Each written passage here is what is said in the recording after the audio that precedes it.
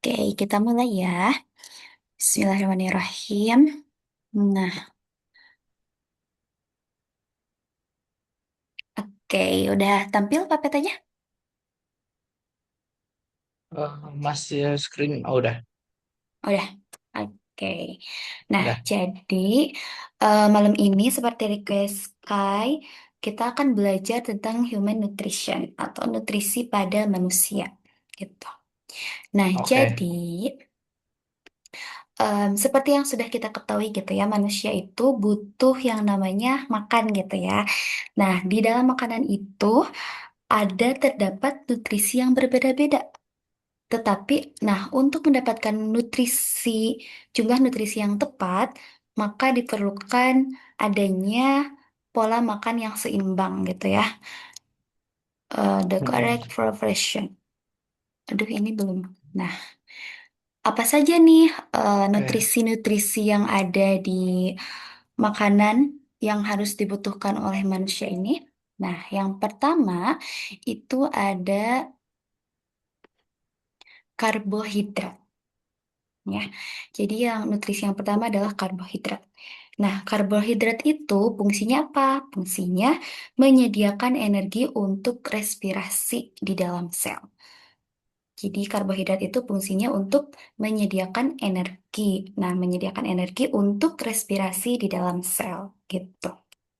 Contohnya di oke, sini untuk karbohidrat itu ada nasi, kemudian ada ubi, kemudian ada sagu, ada jagung, kemudian ada singkong, roti. Intinya sejenis makanan-makanan berat gitu ya. Nah, makanan-makanan berat itu biasanya mengandung karbohidrat gitu. Nah, selanjutnya, nutrisi yang kedua itu ada lemak dan minyak. Nah, lemak dan minyak ini fungsinya untuk menyimpan energi. Selain untuk menyimpan energi, fungsinya juga untuk a layer of fat under the skin. Ya, untuk penyimpanan energi dalam jangka panjang gitu ya. Jadi nanti lapisan lemaknya itu juga di bawah sebagai insulation ya. Jadi selain ya, untuk penyimpanan energi jangka panjang, tapi juga pada lapisan lemaknya itu digunakan sebagai insulation juga, insulasi gitu ya. Nah, contoh lemak di sini ada dari ikan, kemudian ada dari telur, kemudian ada alpukat juga nih, ada susu, kemudian ada perkacang-kacangan. Nah, itu biasanya terdapat lemak juga. Nah, oke, jadi yang oke. pertama, nutrisi yang dibutuhkan yaitu karbohidrat. Kemudian yang kedua ada lemak Dan dan tuh. Suara aku jelas nggak? jelas. Oke, oke. Nah, kemudian nutrisi yang ketiga ada protein. Nah, protein ini gunanya untuk pertumbuhan, pertumbuhan dan perbaikan jaringan. Jadi gunanya protein itu untuk pertumbuhan dan perbaikan jaringan. Nah, contohnya di sini ada banyak nih, ada daging juga itu di dalam daging ada protein juga. Kemudian telur selain lemak dan minyak, telur juga mengandung protein. Kemudian ada udang, keju, dan masih banyak lainnya ya. Contoh di sini ada cumi ikan, kemudian ada susu juga di dalamnya ada protein. Tuh. Kemudian nutrisi yang keempat yang dibutuhkan oleh manusia itu ada vitamin C. Nah, vitamin C ini fungsinya untuk menjaga kesehatan kulit dan gusi ya. Vitamin C ini biasanya ada di buah-buahan nih, contohnya kayak jeruk, pepaya, kemudian ada di sayuran juga ada, di brokoli ya. Nah, ini brokoli, kemudian di cabai juga. Nah, kalau vitamin C itu kebanyakannya dari buah-buahan dan sayuran gitu. Kalau tadi karbohidrat itu dari makanan berat, kemudian Kalau lemak dan minyak itu biasanya di perikanan, perteluran. Kalau protein itu hewan ya, dari hewani biasanya. Nah, kalau vitamin C itu dari buah-buahan dan juga sayuran. Tapi kebanyakan dari buah-buahan. Nah, Hmm. itu tadi ya ada empat, baru empat karbohidrat, lemak dan minyak, kemudian ada protein, vitamin C. Nah, selanjutnya yang kelima itu ada yang namanya vitamin D. Nah, kalau vitamin D ini identik dengan tulang ya. Jadi kesehatan untuk tulang dan juga gigi juga. Vitamin D itu untuk kesehatan tulang dan gigi. Nah, Oke. selain untuk kesehatan tulang dan gigi, ternyata di sini membantu penyerapan kalsium di dalam sistem pencernaan.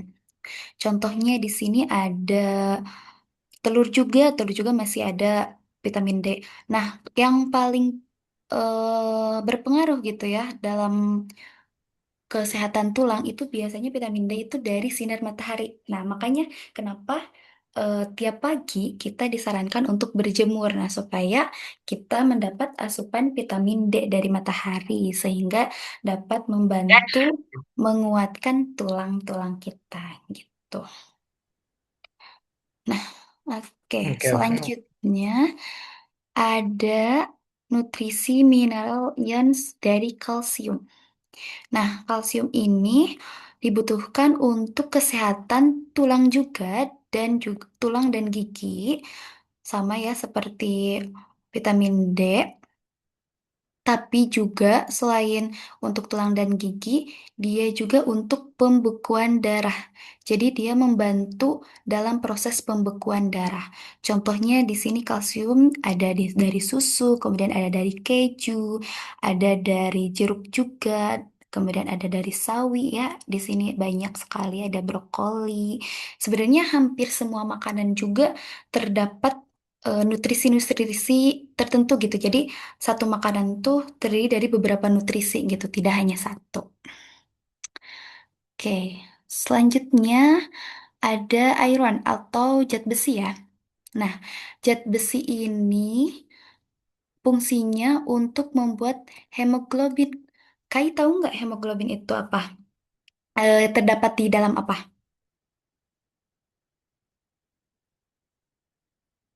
Pernah dengar nggak hemoglobin itu?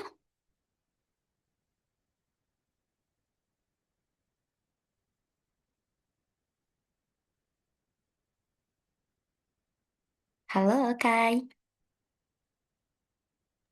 Halo? Itu Ya, hemoglobin itu kalau nggak salah di dalam darah ya, kalau nggak salah. ya betul. Di dalam darah, tepatnya di sel darah merah gitu ya. Nah, zat besi ini nantinya juga akan membantu membawa oksigen ke seluruh tubuh. Nah, selanjutnya nutrisi ada serat. Nah, serat ini membantu makanan bergerak melalui lambung dan usus. Jadi, kenapa kalau kita misalkan susah sembelit gitu ya, itu biasanya kita disarankan untuk perbanyak serat gitu, karena untuk membantu pergerakan dari makanan itu sendiri.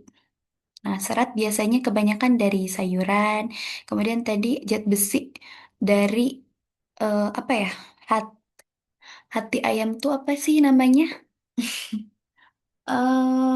Ya, Apa ya? Hati ayam tuh, hati ayam tuh. Aduh, kok aku lupa ya makanan apa ya? eh eh, Wait, kok aku jadi lupa ya?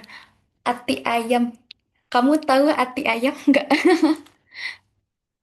apanya nih ya? Hati ayam itu bahasa Inggrisnya atau apa? Aduh, lupa Apa? lagi. Apa ya? Ya itu. Aduh, aku lupa. Intinya ati ayam itu.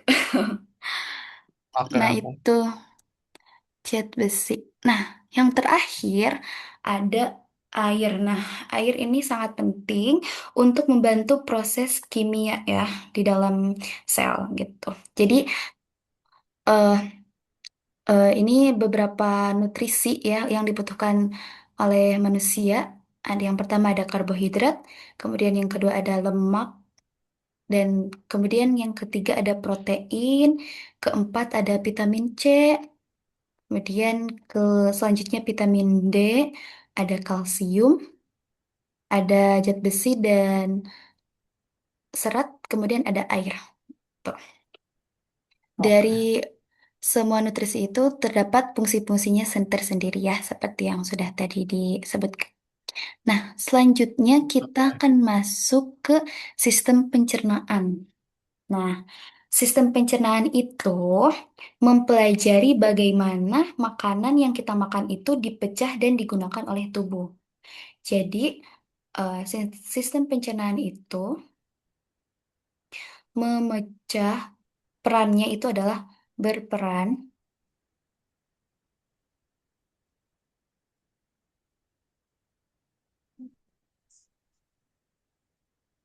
Ini kenapa ya? Nah, jadi sistem pencernaan itu berperan untuk memecah molekul besar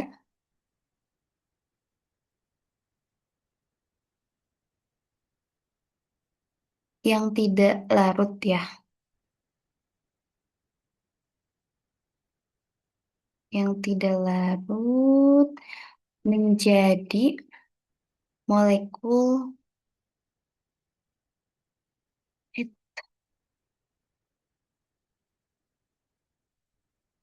menjadi molekul yang lebih Kecil. kecil. Iya, betul. Jadi sistem pencernaan itu mempelajari bagaimana makanan itu bisa kita gunakan gitu dari molekul besar yang tidak terlarut menjadi molekul yang lebih kecil lagi. Nah, di sini ada organ dari sistem pencernaan. Nih, Kai, eh, tahu nggak sistem pencernaan itu dimulai dari mana? Coba Di perut, di perut di bukan sih? Di perut. apa namanya? Di stomach.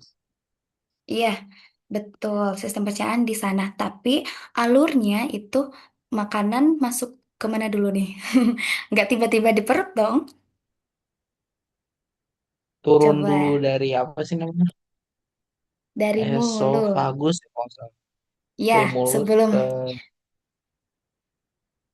ya. Jadi dari sini ya, ini dari yang pertama pencernaan itu dari mulut dulu. Kemudian setelah masuk dari mulut, nah jadi di mulut ini sistem pencernaan makanan manusia mengunyah makanan, menggigit makanan, kemudian dihaluskan di dalam mulut gitu ya.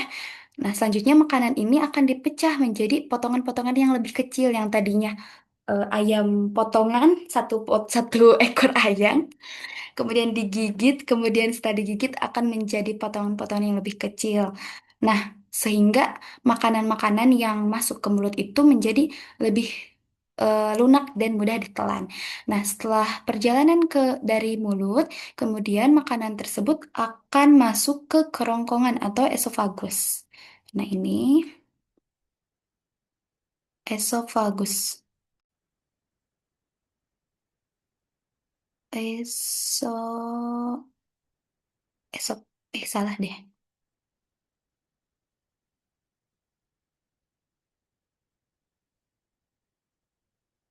Esofagus. Nah, atau kerongkongan ya. Jadi, ketika makanan itu masuk ke mulut, kemudian setelah lunak, dia akan dilanjutkan ke kerongkongan. Nah, kerongkongan ini biasanya panjangnya itu sekitar 25 cm. 25 cm. Nah, fungsinya kalau tadi mulut itu mengunyah makanan dari gede-gede gitu ya, potongan gede-gede menjadi lebih kecil dan menjadi lebih lunak, kemudian bisa ditelan.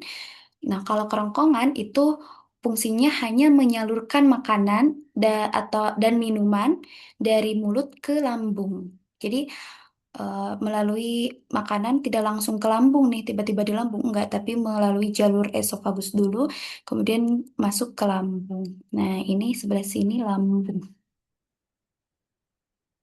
ke stomach.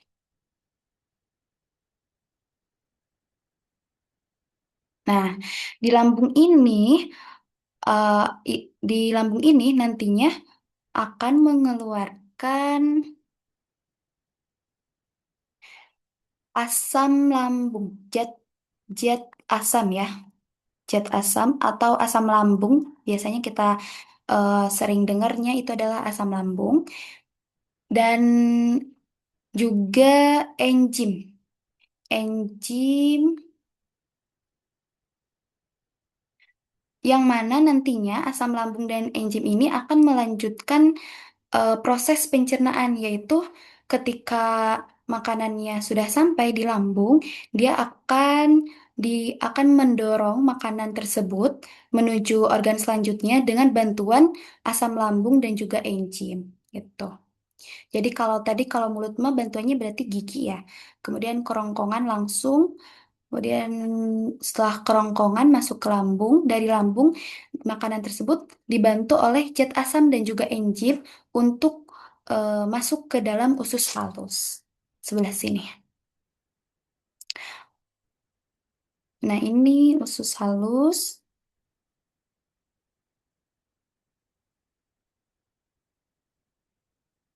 Nah, nanti makanan yang sudah menjadi apa ya, kalau dikatakannya menjadi lunak, itu nantinya akan masuk ke dalam usus halus, dan di dalam usus halus ini akan terjadi gerakan yang namanya peristaltik. Peristaltik. Oke. Nah, di sini di usus halus makanan itu akan dipecah juga, dipecah juga dengan bantuan enzim dari pankreas, yang mana dari pankreas ini akan menuju usus besar. Nah, kalau usus besar ini sebelah sini.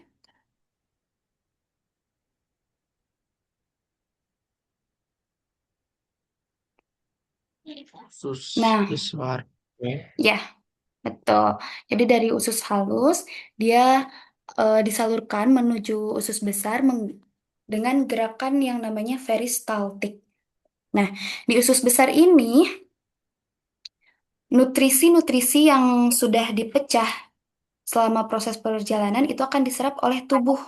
Jadi semua makanan yang diproses dalam sistem pencernaan itu nantinya akan diserap oleh usus besar, dan sisanya yang tidak terserap itu akan disalurkan ke bagian rektum. Rektum sebelah sini. Hmm. Nah, ini sebelah rektum. Sebelah rektum. Ini sebelah sini rektum. Nah, jadi ketika makanan udah sampai ke usus besar, sebagian ada yang diserap oleh tubuh, kemudian sebagian lagi yang sisa atau limbahnya itu akan diantarkan ke rektum, atau biasanya limbah di usus halus itu dinamakan dengan tinja ya. Tinja, atau kalau dalam ini biasanya disebutnya adalah feses. Gitu. Kemudian setelah itu yang limbah ini akan disalurkan melalui rektum. Rektum itu organ yang ada di usus besar dan sebelum anus ya. Ini yang ujung itu namanya anus. Ya. Nah, tugas rektum di sini adalah menerima feses atau limbah yang dihasilkan dari usus besar, kemudian dia akan disalurkan ke bagian anus. Jadi, rektum itu lebih ke tempat apa ya? Tempat penyimpanan limbah itu. Jadi, kalau misalkan di rektum fesesnya sudah banyak gitu, maka dia akan mendorong feses tersebut ke jalur organ anus. Seperti itu. Untuk nantinya di anus ini merupakan organ paling akhir dari proses pencernaan. Nantinya akan dikeluarkan gitu. melalui buang air besar seperti itu. Nah, dari sini ada yang mau ditanyain dulu?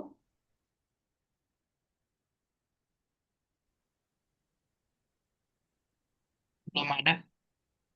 Gimana? Ada yang mau ditanyain dulu atau cukup jelas? Cukup jelas sekarang belum ada. Oke. Nah, selain organ inti tadi ada mulut, ada kerongkongan, ada lambung, ada usus halus, ada usus besar, ada rektum dan anus. Ada juga beberapa organ tambahan nih. Aku coba ganti warnanya jadi merah.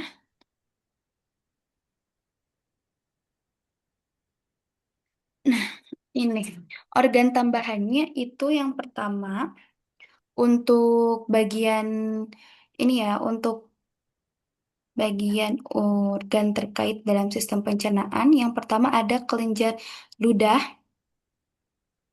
Nah, kalau kelenjar ludah itu nanti tempatnya di mulut, di mana selain jadi di mulut tuh tadi pemecahan ya, jadi dari bentuk besar-besar makanan besar menjadi potongan kecil itu dibantu oleh enzim amilase namanya ya. Nah, di sini di mulut Oke. itu ada kelenjar ludah. Nah, di mana di Oh, sini terdapat enzim amilase. Kemudian ada hati juga. Nanti kalau di hati itu biasanya untuk cairan empedu dan kantong empedu itu untuk menyimpan cairan empedu yang dihasilkan oleh hati tersebut. Kemudian untuk bagian usus itu terdapat beberapa bagian lagi nih. Jadi di dalam usus itu ada yang namanya duodenum atau bagian pertama dari usus. Nah, sebelah sini. oke. Ini ada duodenum. Duodenum. Duodenum. Ini bagian pertama dari usus halus. Kemudian bagian keduanya yang sebelah sini, ini yang namanya ileum. Jadi keduanya, duodenum sama ileum itu sama-sama usus halus. Tapi tempatnya kalau usus halus di sebelah sini. Usus halus yang pertama namanya duodenum. Kemudian usus halus yang dekat dengan usus besar itu namanya ileum. Kemudian di yang usus besar sebelah sini, sebelah kiri berarti ya, itu dinamakan dengan kolon. Kemudian, nah rektum dan anus juga, ini ya, rektum itu yang sebelah sini. Kemudian yang ini anus, ini juga termasuk dari organ usus besar gitu. Nah, Oke. selanjutnya di sini ada organ function nih, fungsi dari beberapa organ. Ada yang pertama ingestik. Nah, ingesti ini adalah proses pengambilan zat makanan atau minuman ke dalam tubuh. Jadi, ingesti itu adalah proses pengambilan makanan atau minuman ke dalam tubuh. Itu namanya adalah ingesti. Kemudian ada digesti. Digesti itu adalah tempat pemecahan makanan. Tadi pemecahan makanan itu terjadi selain terjadi di mulut, terjadi juga di lambung ya. Dibantu dengan asam lambung. Kemudian proses yang ketiga ada absorpsi. Absorpsi itu penyerapan atau pergerakan nutrisi dari usus ke darah. Jadi penyerapan nutrisi itu disebutnya absorpsi. Penyerapan nutrisi itu jalurnya dari usus kemudian ke darah. Selanjutnya ada proses yang keempat itu asimilasi. Asimilasi itu adalah penyerapan atau penggunaan dari nutrisi itu sendiri. Nah, ini juga sama terjadi di usus. Kemudian yang terakhir ada injeksi. Itu adalah pembuangan atau pembuangan makanan dari tubuh yang biasa disebut dengan feses. Itu terjadinya tadi di mana? Kalau feses tuh tempat penampungannya? Rektum atau anus ya tadi? Ya, betul, rektum atau anus. Atau kalau secara garis besar, dia rektum anus itu bagian dari usus besar. Oke. Tepatnya di bagian rektum dan juga anus, seperti itu. Nah, kayak kita coba masuk ke latihan soal terkait nutrisi yang pertama, human nutrisi yang pertama. Coba Kai jawab ya untuk nomor soal satu dan 2.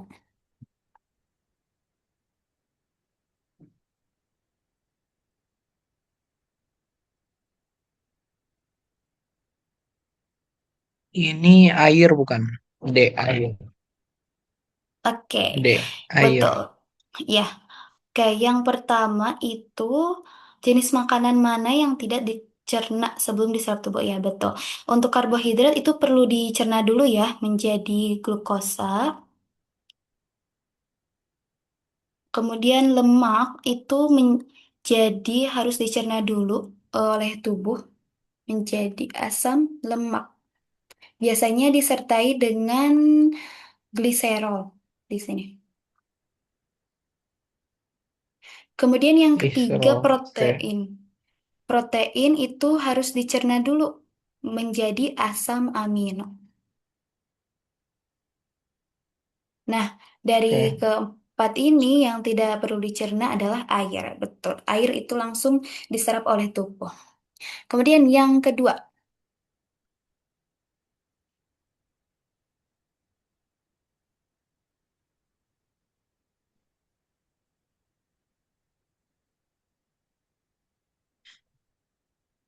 Hmm, apa ya? yang kedua di bagaimana sebagian besar glukosa diserap ke dalam darah. Tadi absorpsi, Lupus. penyerapan nutrisi dari usus ke darah. Nah, itu tadi berarti dari mana nih absorpsi tempatnya? Usus. Di Iya, usus. C ya, betul. iya C betul. bukan? Ya, betul. Jadi absorpsi itu tadi tempat merupakan proses penyerapan atau pergerakan nutrisi dari usus ke darah sehingga di bagian C yaitu usus halus bagian apa ini tadi usus halusnya bagian apa nih? Yang C. Baik. C itu apa? Ayo, Halo, tadi Priscilla? usus halus itu ada duodenum sama ileum. Nah, kalau yang C itu bagian duodenum atau ileum? Deodenum. Ayo, coba. Ilium, Tadi, ilium, ilium. ya betul. Ileum. Nah, ini ya yang ini. Nah, di sini ada usus halusnya itu bagian duodenum, kemudian di sininya ada ileum yang kecil-kecil. Oke, lanjut ke nomor 3 dan nomor 4.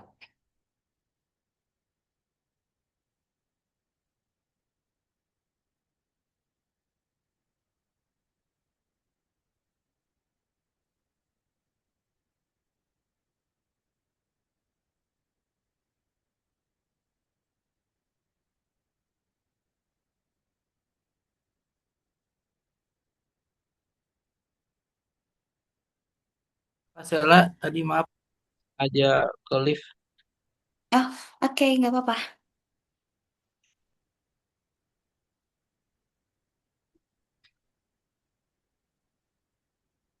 Coba mungkin lanjut ke nomor 3 dan 4. Oke. Fish. Hmm.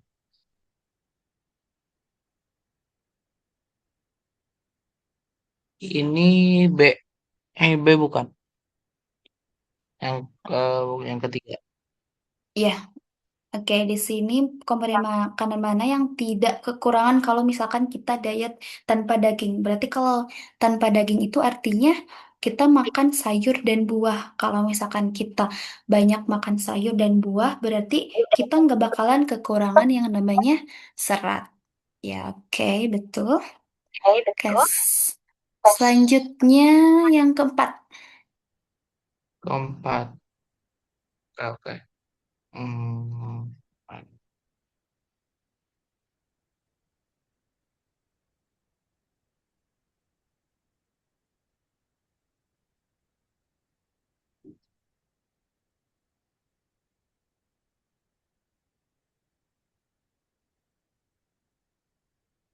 Dia bukan.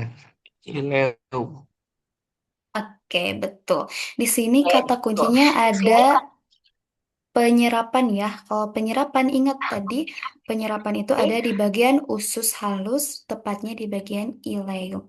Jadi bagian mana yang paling terdampak ketika infeksi salmonella yang merusak penyerapan makanan berarti di bagian ileum gitu. Oke, next number 5.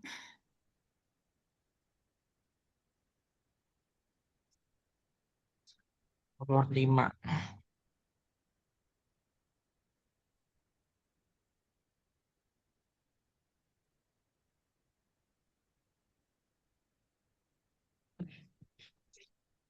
Hmm.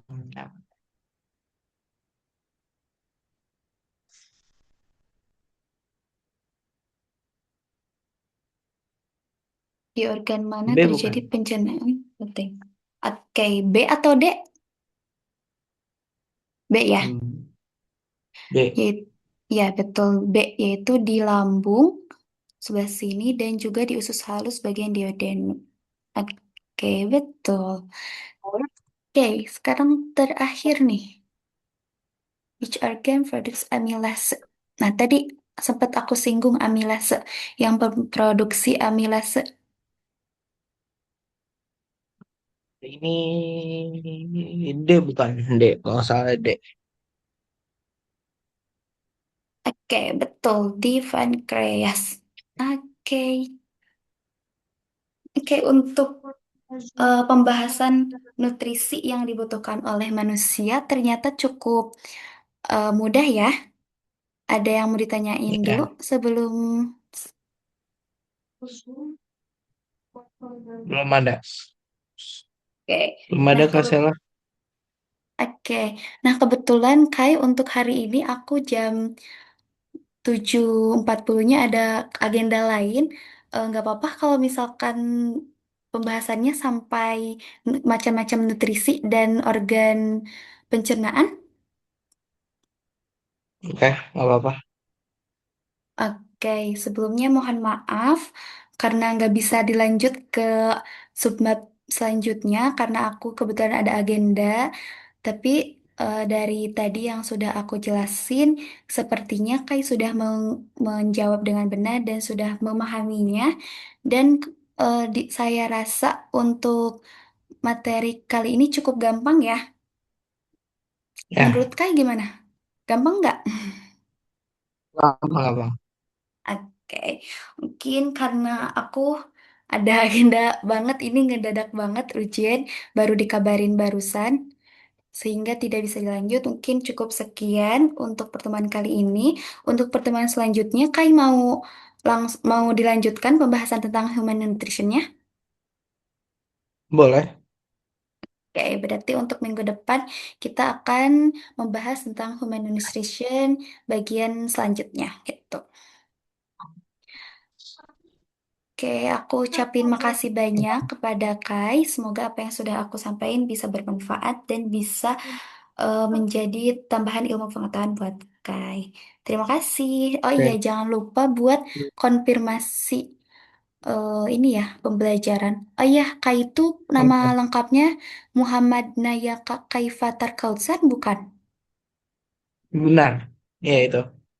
Itu. Oke. Nanti jangan lupa diisi di link seperti biasa ya. Oke. Oke, terima kasih. Selamat belajar.